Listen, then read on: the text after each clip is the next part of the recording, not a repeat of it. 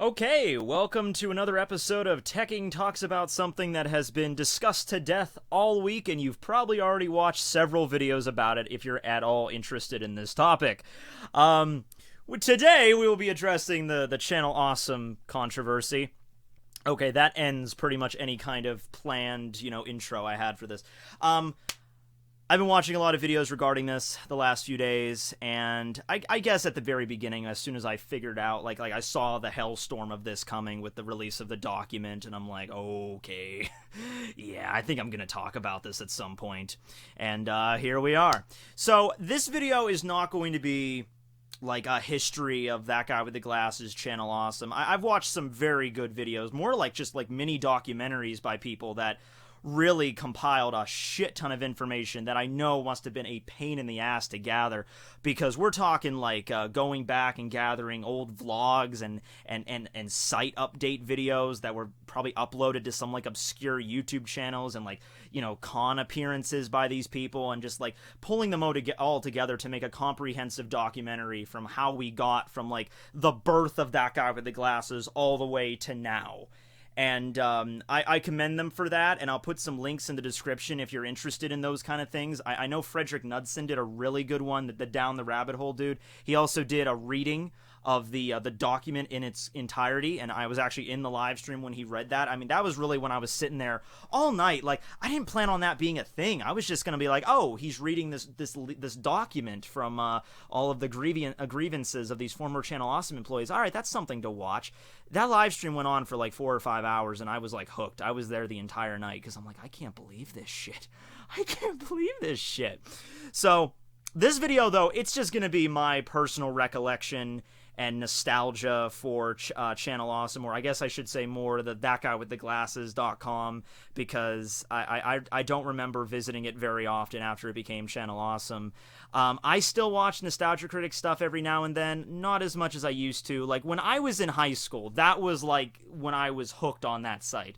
That's when I was like, every single fucking week, Wednesday, get home from school, watch the new episode of Nostalgia Critic, like, right away. I still like the Nostalgia Critic. I still think he's pretty funny, but I just don't watch him as much as I used to. I definitely more so with the Angry Video Game Nerd, James Rolfe, because whenever James puts out a new Angry Video Game Nerd, I really do, like, drop everything and watch an episode of that. But, like, whenever Doug, I see a new video, like, oh, he's reviewing Yogi Bear this week, maybe I'll check it out later. So I guess we'll just start at the beginning here. We're going to go back to late 2008, okay?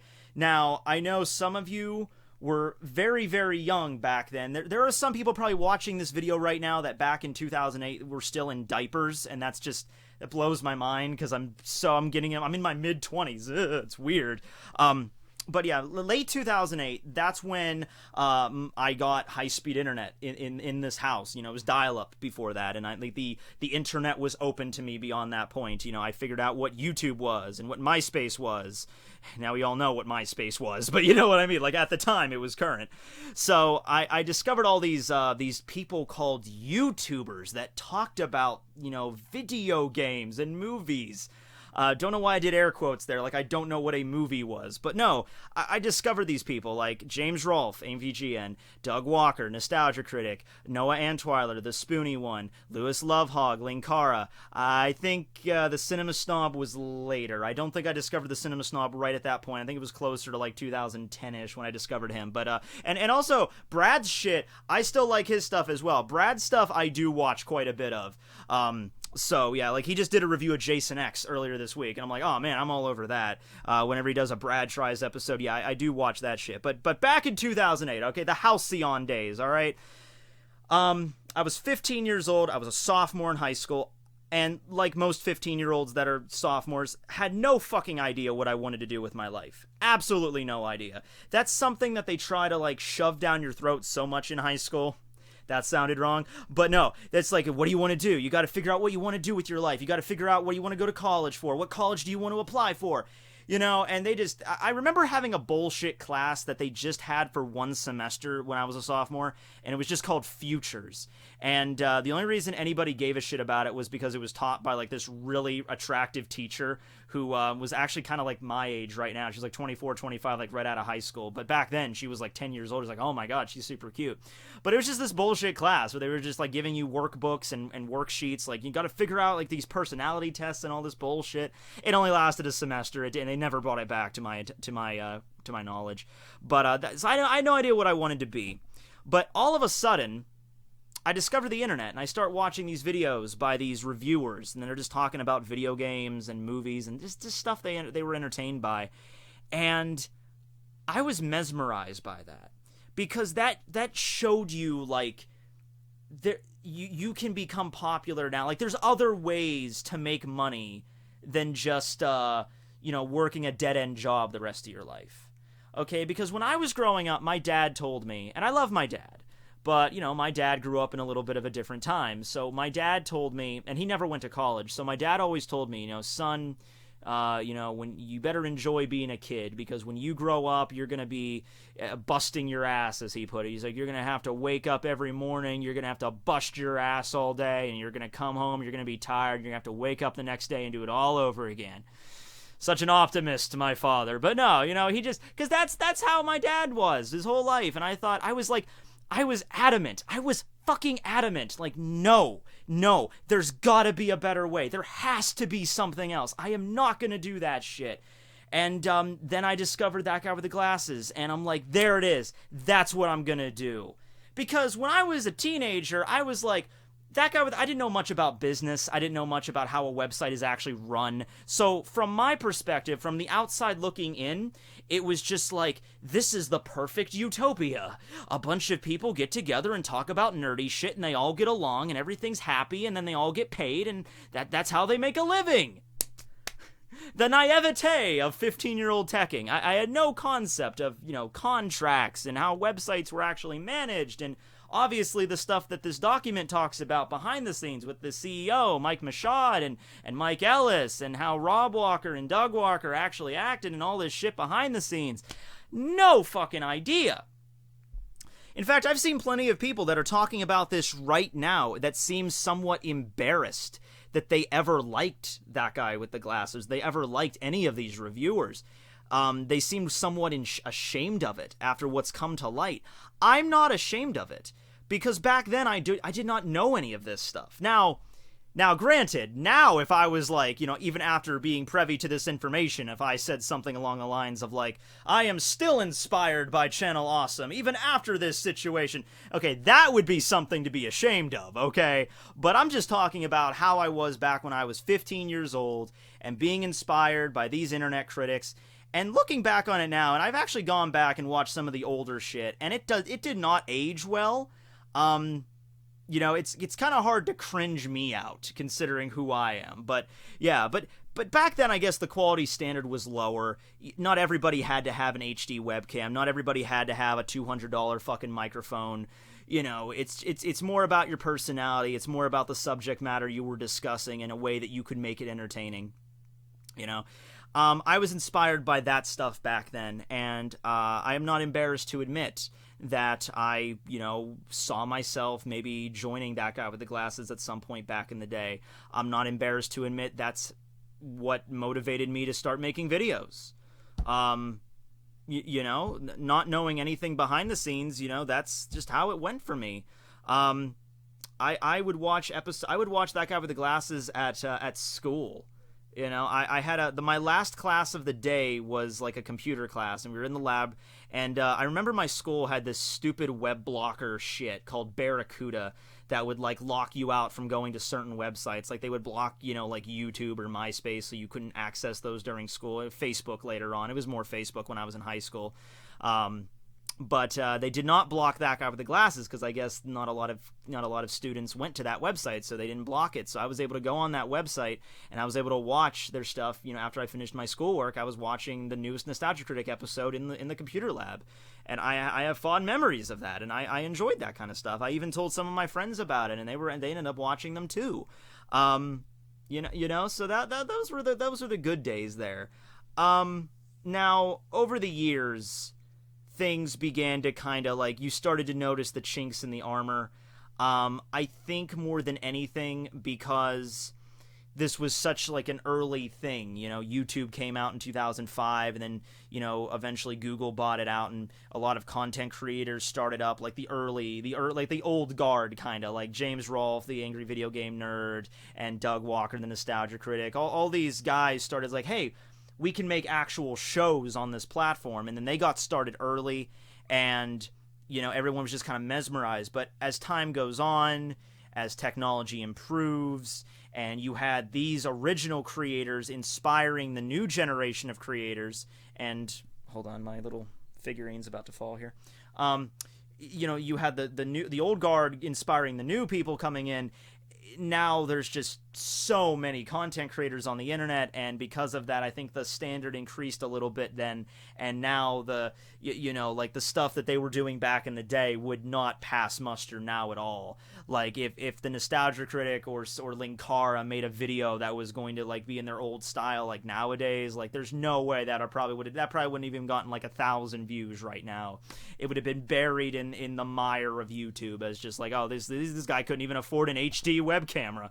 No use talking about this. You know, this microphone sounds like he's in a fucking blast furnace, you know? So I think it was more of just, like, it was all that we got back then, so we hyped it up a little bit more than it should have been hyped, maybe, in some respects. I think that would be appropriate. Some of the content creators, though, I still find very funny. A lot of them aren't even around anymore. Like, I know Spoonie basically dropped off the face of the earth, and that's like a whole other story there about him there. But as the years went on, I started to hear stories, you know, through the grapevine, you know, shit over Twitter and on internet forums and shit, talking about what it was really like over at That Guy with the Glasses, and how everything was really set up and all these grievances, and how it was basically set up like it's the Doug show. You know, it's Doug Walker's the nostalgia critic. He's the star, so a lot of the other creators got kind of pushed to the side. And, you know, it wasn't finally until this document was released, I believe last week or the week before that, that we really just got a compilation of just everything that happened. And it wasn't even really so much the document. The document has enough shit in there to basically just, that website is dead, you know, to kill that website. But what really pissed people off, me included, was the response that Channel Awesome gave. Both responses. They gave a response, an initial response, I think just over Twitter, just a brief little statement. And it was just more or less just like a little leaflet they passed out. Like, okay, here's a 70-page fucking document addressing all these things, all these complaints. And you know what's interesting? A lot of the content creators that put out that document, they didn't put out that document. They didn't contribute to that document with the hopes of just burning Channel Awesome to the ground. Like, fuck Channel Awesome. Hope it dies. You know, that wasn't their intention. And multiple times throughout that document, the people that were contributing to it, there's a running theme, and it's, we just want an apology. It was a running theme from a lot of creators. Like, you know what? A lot of them were like, you know what? It happened, but it was a long time ago, but it would really be awesome if we could just get a fucking apology. And so Channel Awesome puts out their first response, which is like the little leaflet thing. And the big, you know, polarizing thing, the statement there that you have to keep in mind was they said the line, we're sorry that you felt that way. Or something of that like. You know, we're sorry that you think that we mistreated you. That was the line of rhetoric. And I'm just sitting there like, oh god, these are a bunch of fucking narcissists, you know? Like, these are a bunch of people that just, like, they can't do it. They can't admit that they did wrong. They can't admit that they hurt these people. They can't even give out an apology to these people. And then there was another response to this that was just released, I believe, yesterday.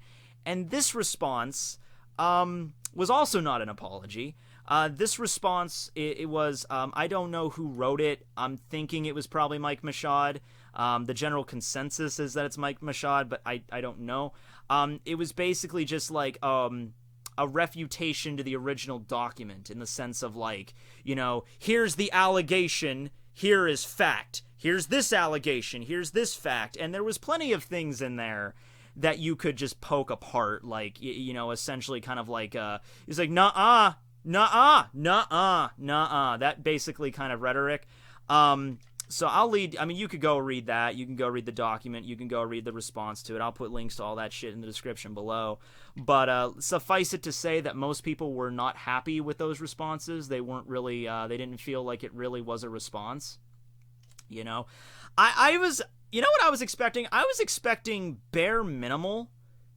I was expecting like Rob and Doug and Mike, the CEO of Channel Awesome, Mike Michaud, I was expecting them to just get on camera together and just, like, talk about this. I thought bare minimum that's what they were going to do. That was hoping for way too goddamn much. Because they just seem to be kind of like trying to... At first, it seemed like with their first response, it was like just trying to sweep this under the rug. And then after they realized, like, oh shit, this isn't going away. Their YouTube channel has lost a shit ton of subscribers in the past 2 weeks. You know... And on top of that, if you go to... Here's a little something you could do. Go to the Wayback Machine, the Internet Archive. Type in Channel Awesome, and I want you to go back... Just go back to, like, March... Like just a month ago, like go back to March 12th, 1 month ago, and check to see under the shows tab how many contributors were working for Channel Awesome just 1 fucking month ago. And then go to their website right now and then click on that shows tab and then look and see how many contributors are there now. The results will honestly stunned even me. All right, the difference of just how many people just jump ship from that fucking website in just a month. Is this the end for Channel Awesome? If they don't do some type of better response, I want to say it is. Because this is not how you handle this kind of, these kind of accusations, you know? I understand it's a business, and there's certain there's certain things that you should or should not do, or you're told to not do whenever, like for instance, it's probably not in their best interest to come out and just be like, yep, everything in that document was accurate. Probably just from a legal standpoint, they don't want to do that. But something that definitely has to happen, and the running theme from that document is that this Mike Michaud, the CEO, he needs to get the fuck out of there. Because apparently this man does not know how to run a company, never should have been in this situation, never should have been in this position of CEO of anything. And, yeah, he needs to go. And it's not even like, even if everything said about him is false, the public already has essentially crucified this man, and it's just like, it's over. Okay, this guy is the problem. He's the source of it. He's the source of a lot of it anyway. Not all of it, but he's the source of a lot of problems. He needs to leave. And until, like, he leaves Channel Awesome and he stops being the CEO, he steps down, like, this will never really, I don't think, be over. Nobody will really ever trust this website. I've even seen a lot of people that were like, you know, well... You know, I still like the Nostalgia Critic. Even if anything else on this website, I still like the Nostalgia Critic. And I think it was stated in the... Okay, conflicting stories. It was stated in the document that Mike Michaud actually owns the Nostalgia Critic IP. In their response to it, they state it's actually owned by 4 people, and adding like a 5th person by the end of this year. Okay, so it's like a group thing or whatever. So it's not just like Doug Walker owns all rights to the Nostalgia Critic, okay? If that's one thing you got to take away from this, Doug does not own the entire rights to the Nostalgia Critic, I guess, is the one thing to take away from this. It's either owned by Mike solely, or it's owned by a group of people. Doug might be included in that, but he's not the sole owner, which it surprised me. I have to admit that. Because that's weird, you know, that you would sign away your character for these, because the IP is essentially useless unless it's Doug portraying it. It's not like you can get somebody else to portray the Nostalgia Critic. It's too ingrained. It's Doug Walker is the Nostalgia Critic. They are one and the same, okay? You can't do that, whatever. But, you know, people are like, well, I still like the Nostalgia Critic, so even amidst all this controversy, I don't want them to take down the website. I don't want the website to burn, because that means no more Nostalgia Critic. And, you know, my perspective on that, you know, and this is admittedly coming from someone that isn't really super into the Nostalgia Critic as much as he used to be. You know, if I have to choose between a company treating its, you know, employees properly, or attempting to anyway, I have to choose between, like, the fall of Channel Awesome and, like, oh no more Nostalgia Critic to watch. I'm gonna have to go with I'm gonna have to side with just saying goodbye to the Nostalgia Critic, so that this company can either repair itself in some way, or Mike has to step down, or even if the website disappears. It had its run, and I don't want to see anybody, lose their jobs and be homeless or anything. I'm not cruel or anything, but something has to change, obviously. Something has to change with this situation. For right now, it is basically burning down, okay? So many people have jumped ship from the website, so many people have lost trust, so many people have unsubscribed from the channel. So many people are just going to stop watching. That's what the whole hashtag, change the channel thing was about. So I guess I really hope that the people at Channel Awesome get it through their fucking heads that this is just probably not, it's not going to go away. This isn't something you could just brush under the rug with a shitty apology, not even an apology, just like a shitty little flyer like, sorry that you thought we treated you badly. I mean, we didn't, but or the fucking like allegation, fact, you said this, but actually, nuh-uh. So that's just basically an argument on the playground at that point. Like, Jimmy said he threw a rock. No, you didn't, liar. Bobby threw the rock. No, Jimmy threw the rock. And it's just, that's not gonna fucking solve anything, So, yeah, I mean, I didn't major in business fucking or anything like that, so I don't know what they could do at this point, but hey, if this is the end of Channel Awesome, and this is the end of the Nostalgia Critic, all I have to say is it had a good run for me for many years, many laughs. The episodes will still be around. I'm certainly going to go back and watch plenty of episodes over the years. And even the Nostalgia Critic right now, whereas I wasn't as into it now as I was back in the day when I was in high school, I still find it entertaining. I find Tamara and Malcolm entertaining. Some people criticize the skits. Like, most of the review is just skits now. Doug's a horrible writer. Doug's a horrible actor. He's not the best writer. He's not the best actor. He doesn't understand how basic shit works sometimes. And that was really apparent. Like, it's funny. Going back and looking at his older shit now, I'm sitting there wondering, like, how the fuck did I not notice that he did not know how to properly crop a fucking, like, scene or something. Like it's such an obvious thing you look at now. And I'm not, like, Steven Spielberg here, okay? But, yeah, some of that stuff back then, it's just like, how did I guess the quality was so low. I mean, the standard of quality was so low at that point that you don't even, like, you don't even realize it. But, that was back in the day, and that was 2000, it was 10 fucking years ago, and now here we are now. I've never had any, I've never really directly talked to anyone, like, at Channel Awesome, like the hierarchy or anything, but a few years back I got contacted by Y Roller of Time, who was a contributor on their website. I'm pretty sure they're not on there anymore. I don't think him or Rolo T do the weekly manga recap. I didn't see that on their website when I just looked it up.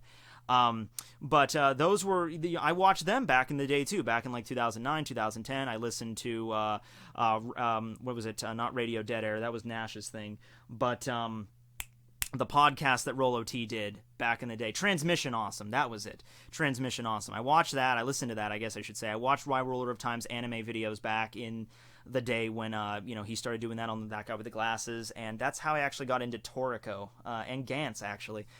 So he contacted me a few years ago when I was talking about Bleach, and he's like, hey, you want to come on our podcast and talk about anime or manga, the weekly manga recap thing? And I'm like, yeah. And I'll just, I went on their podcast a few times, and it was a lot of fun, and I hope I'm on there again. My Boros figure keeps falling down. So that was the most I've ever had, like, interaction between anybody involved in that site, was Chris Larios, Rolo T, and Y Roller of Time. And while I was on the podcast, I tried not to fanboy too much, because when Y Roller of Time first contacted me, we went into a Skype call together just to kind of get to know each other, and I at first didn't fanboy, but eventually I ended up fanboying pretty hard, because it's like, oh my god, you were one of the people that inspired me so much, and you used to be on That Guy with the Glasses, and he told me, he didn't, like, div out, like, here's all the juicy info or anything like that, because I'm like, that's not very appropriate to ask him. It's like, tell me all the juicy secrets that happen behind the scenes. What's Doug really like behind the scenes? You gotta tell me. I didn't do anything like that, but he just told me, like, one or two stories about, like, cons that they both went to or whatever. Nothing like dirty secrets or anything. But it was cool to talk to somebody that knew Doug, like met him before. Like that was a big deal for me. Like even back then, even back in like this was like in I think 2015, I think was when I first got contacted by Web Ruler of Time. So yeah, but hey, here we are now. Take that whatever you will, I guess. I just wanted to share my little personal thoughts on the matter and my history with them. And I hope they improve their website in some way. And I hope they kind of like get the head out of their ass and get to like, understand what they did and at least give out a decent fucking apology. Like when the first response you had was, "We're sorry you felt that way," and that's the better response out of the other one you sent out. Like when that's the best thing you got at your disposal, my God, that's sad. But people just don't trust you right now, Channel Awesome. People actually kind of despise you right now, and you have to understand that. So you got to do something different. Think about what you would normally do, and try to do the opposite of that, and see where that gets you. If not, and if it never repairs itself, and if this is it, then, c'est la vie. It's been fun. But I guess nothing lasts forever. Have a good one, everybody. Teching signing out.